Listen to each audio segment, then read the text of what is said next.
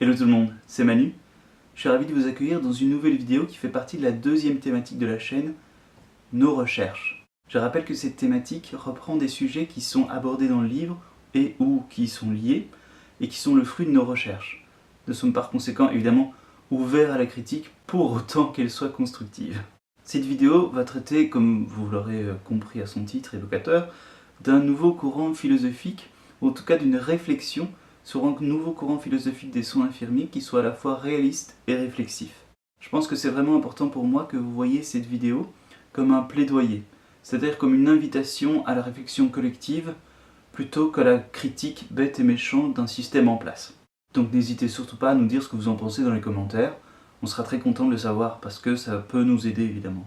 Je souhaiterais commencer ce plaidoyer en expliquant 3 cas qui sont soit vécus personnellement, soit vécus par des condisciples, mais qui sont vécus de manière fréquente et avérée. Ces 3 cas vont essayer de nuancer et d'illustrer ce sur quoi je souhaiterais qu'on réfléchisse ensemble dans cette vidéo.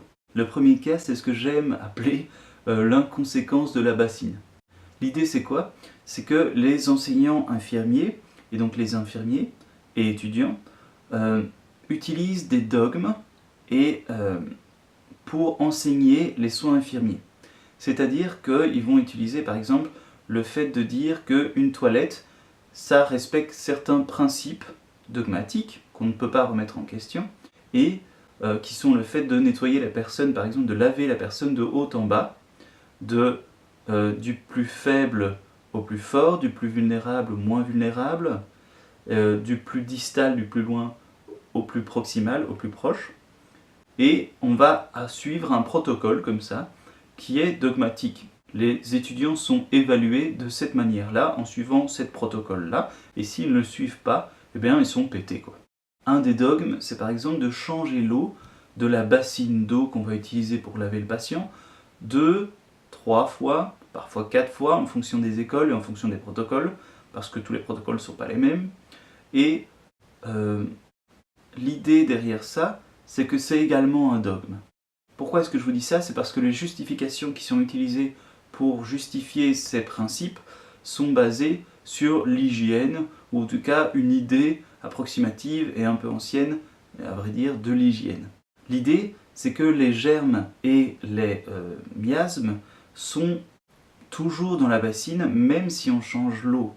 Souvent en plus, on utilise la même bassine plusieurs fois d'affilée, ce qui fait que finalement ça ne change absolument rien. Ce qu'il faudrait faire, c'est de laver complètement la bassine avec de l'antiseptique et tout, fort, pour essayer d'éliminer tous les germes avant de remplir d'eau et relaver le patient. Qu'est-ce que ça veut dire tout ça? Ça veut dire que cette inconsistance, c'est-à-dire ce manque de base, cette inconséquence en plus, ce manque de logique dans le soin, cette volonté de se centrer sur la forme plutôt que sur le fond, ce manque de cohérence dans la logique même de l'hygiène et de l'asepsie, cette empreinte dogmatique et cette manière de voir le monde de manière traditionnelle qui est appris d'année en année de manière traditionnelle, puisque mes profs ont appris de la même manière que moi et leurs profs ont appris de la même manière que moi, sans remise en question, c'est ça que nous mettons en question, que nous interrogeons dans ce plaidoyer. Le deuxième cas, c'est celui de la prise en charge d'un patient musulman, ou en tout cas croyant, peu importe qu'il soit musulman ou pas, on s'en fout, qui viendrait pour un cancer urologique, qui va recevoir des chimios, et qui va peut-être avoir un accompagnement au décès, et pour lequel la famille vient nous voir pour avoir des idées sur les remboursements des chimiothérapies et sur des questions du système de santé. Ce cas illustre parfaitement ce que les théories actuelles, en tout cas en Belgique, ne permettent pas à l'étudiant de faire. C'est-à-dire que l'étudiant qui sort des études, l'infirmier donc, est incapable de prendre réellement en charge ce type de patient parce que ça nécessite une compréhension fine et approfondie de la culture qui n'est pas reprise telle qu'elle dans les soins infirmiers, de la sexologie qui n'est pas reprise non plus, de la compréhension profonde et fine du système de santé belge, et également d'autres aspects qui peuvent être très importants à prendre en compte dans la prise en charge du patient pour un infirmier responsable de soins généraux. Il est question ici de s'interroger sur la formation, la pédagogie, la manière de penser la pédagogie également pour la confronter au réel. Ce que je veux dire par confrontation au réel, c'est de se rendre compte que cette situation qui vient d'être décrite, ce cas, peut être vécu par n'importe quel infirmier, avec d'autres situations également, et nous ne sommes pas formés suffisamment au réel. C'est-à-dire que le réel, le patient, sa singularité, c'est-à-dire ce qu'il est, ne peut pas être pris en compte alors qu'on prône une holisticité de la prise en charge. Le patient a une religion, il a une sexualité, il veut avoir des informations sur sa santé, sur le partenariat, il y a droit, et nous sommes incapables, en tout cas de ce que j'ai vécu, de lui fournir les informations suffisantes pour y arriver, et donc lui permettre de devenir acteur de sa santé. Le dernier exemple est une situation stéréotypée, certes, mais qui est vraiment un stéréotype tellement courant que c'est devenu un lieu commun. C'est la notion de soin. Je voudrais qu'on réfléchisse ici à ce qu'est un soin et qu'on repense la position, la posture du soignant et du soin actuellement. Le cas est le suivant. J'avais un proche qui était hospitalisé pour un cancer urologique et qui nécessitait un lavage vésical, c'est-à-dire qu'on lui faisait passer de l'eau, en quelque sorte, dans la vessie pour laver les caillots qui étaient dus à la chirurgie. Et on était toutes et tous en train de lire calmement, le patient également, mon proche, et voilà, on lisait, on était calme, tout se passait bien. Et là, 2 infirmières ont débarqué, je ne sais pas si c'est par peur du silence ou pour combler un vide dans la pièce, ont commencé à rigoler et à blaguer sur l'urine de mon proche en parlant de manière assez vulgaire et sont repartis en rigolant. Et j'ai trouvé ça tellement déplacé, tellement inapproprié comme situation et comme manière de faire. Je rappelle que c'est vécu plusieurs fois, donc c'est avéré, par moi et par d'autres. Et j'ai trouvé ça tellement inapproprié que je me suis posé la question, mais finalement, est-ce que le silence n'est pas un soin? Et plus généralement, mais qu'est-ce qu'un soin? Parce qu'il n'y a pas que la technique, il y a aussi le rationnel, c'est-à-dire la prise en compte de la singularité de la personne, de qui elle est vraiment. Ce que j'entends ici par singularité, c'est de se rendre compte que la personne, c'est-à-dire mon proche, mais aussi les autres, avait juste envie de lire et qu'il suffisait d'entrer calmement, de changer la poche, de dire qu'on allait revenir petit à petit, demander si on avait besoin d'aide ou quoi que ce soit, et puis repartir. C'était aussi une prise en compte de la singularité et on est dans le prendre soin. Je rappelle donc que cet exemple essaye de parler de la posture du soignant et du soin, et en tout cas de s'interroger à ce propos. Il y a beaucoup d'autres exemples que j'aurais pu prendre, mais j'ai choisi ceux qui étaient les plus réels, en tout cas ceux qui correspondaient à mon vécu, et ils ne sont en fait qu'un prétexte pour ancrer dans la quotidienneté, dans la réalité, l'idée que je voudrais faire passer. Ces 3 exemples sont relativement fréquents durant la vie professionnelle et durant la formation des infirmières et des infirmiers, et ils posent les bases de mon interrogation. Est-ce que ce ne serait pas intéressant, pertinent, de s'interroger sur la mise en place d'un nouveau cadre de lecture, une nouvelle vision, un nouveau courant philosophique du monde infirmier et soignant pour répondre à ces manquements qui sont présentés dans ces 3 cas. Il faut pour ça que vous sachiez que les théories infirmières découlent de conceptions infirmières qui émanent elles-mêmes d'un courant philosophique infirmier et qui sont induites à partir d'un métaparadigme infirmier qui est un ensemble de 4 concepts clés, 4 visions du monde soignant et qui est complet ou incomplet. Ce sera l'objet d'une vidéo que j'appellerai aparté là-dessus. Et il faut savoir que nous proposons dans ce plaidoyer un nouveau courant philosophique pour répondre à ces manquements, pour que les théories qui puissent en découler donc soient à la fois réalistes et porteuses de sens. Donc, ce que nous proposons, la vision du monde, le cadre de lecture, le prisme que nous proposons, c'est un nouveau courant philosophique des soins infirmiers qu'on appellerait ajusté. Pourquoi ajusté? Parce que ajusté à la situation.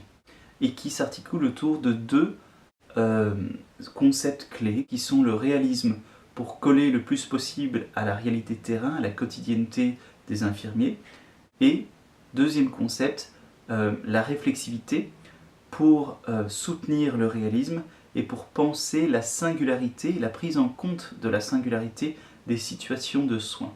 Et je me dis que ce serait peut-être intéressant d'appliquer ce courant avec ces deux concepts de réalisme et de réflexivité à ce qui est, c'est-à-dire les connaissances en soins infirmiers, la manière, les outils d'appréhender ces connaissances, c'est-à-dire la recherche infirmière et l'EBN, l'Evidence-Based Nursing, mais également à ce qui devrait être, c'est-à-dire à l'éthique.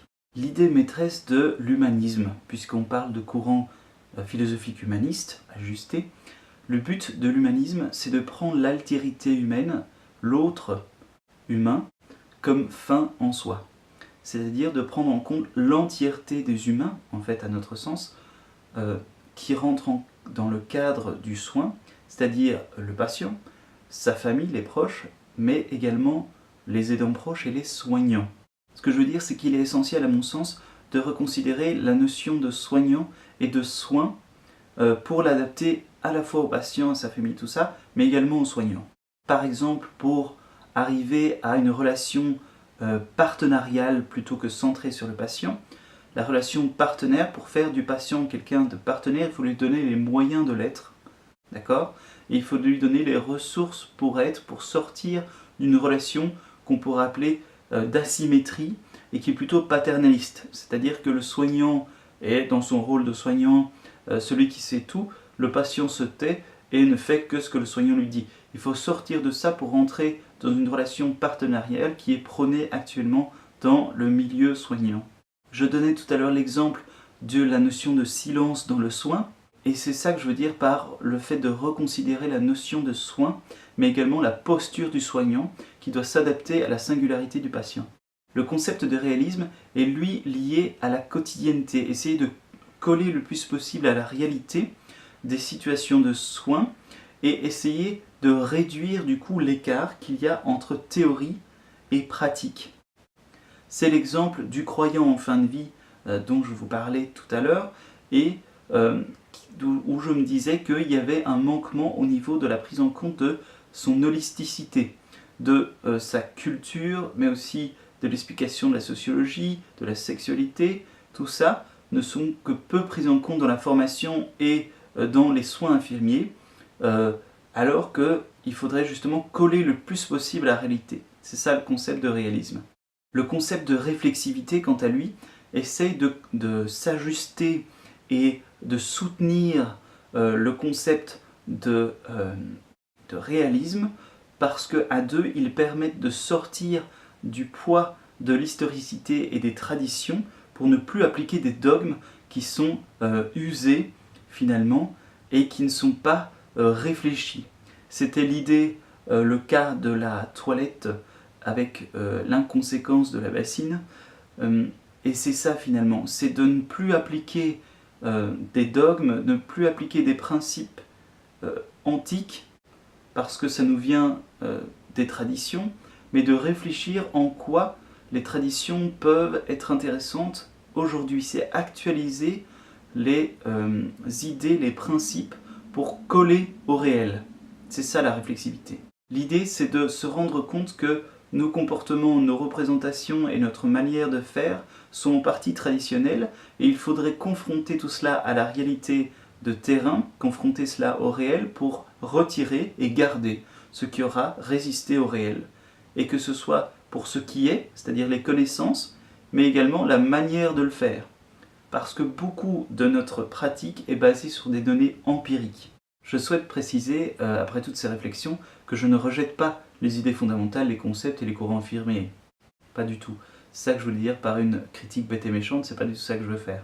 Ce que je veux faire, c'est d'essayer d'avoir une réflexion scientifique sur un système en place pour garder ce qui aura résisté à la confrontation réelle. À titre d'exemple, je parlerai de la sécularisation des doctrines infirmières qui sont empreintes historiquement de catholicisme notamment, parce que des valeurs fondamentales ont encore des répercussions aujourd'hui dans les soins.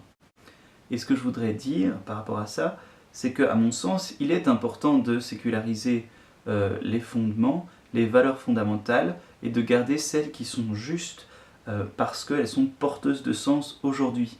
Par exemple, la valeur fondamentale d'abnégation est issue de la charité chrétienne, historiquement, et est fondamentale pour l'histoire, dans l'histoire de la profession infirmière. Je pense qu'il faut s'affranchir du poids de ces traditions sans les nier. Pourquoi ? Parce que cette valeur fondamentale d'abnégation, c'est le fait de s'oublier pour entrer dans l'autre.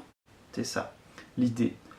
En s'oubliant. Et donc, si le soignant s'oublie, il peut avoir des conflits de valeurs, il peut avoir des maux de dos, il peut avoir des difficultés à comprendre le monde qui l'entoure et qui peuvent le conduire notamment au burn-out. Pourquoi ? Parce que le burn-out, c'est un conflit de valeurs interne, notamment. À la fin de ce plaidoyer, et après toutes ces réflexions, je pense qu'il est intéressant pour les infirmières et les infirmiers de se mobiliser pour affirmer leur identité. Et je pense qu'un courant tel que proposé peut être intéressant pour la prise en compte et la prise en main de l'intellect de l'infirmier, mais également pour la réaffirmation de son identité. L'adoption d'un courant comme celui que je propose, mais d'autres aussi peuvent être super intéressants, pourrait permettre d'arriver à une reconnaissance de la profession, mais également de changer les mentalités pour modifier les représentations sociales et le potentiel interne des infirmiers et du monde soignant en général. Voilà, j'en ai fini avec cette vidéo. Je vous propose de réfléchir à ce que vous pensez de cette idée de courant philosophique et de me dire ce que vous en pensez dans les commentaires. N'hésitez surtout pas à nous donner vos idées parce que ça m'intéresse super fort d'avoir votre point de vue. Je vous revois dans une prochaine vidéo. N'hésitez pas à vous abonner et je vous dis ciao Internet.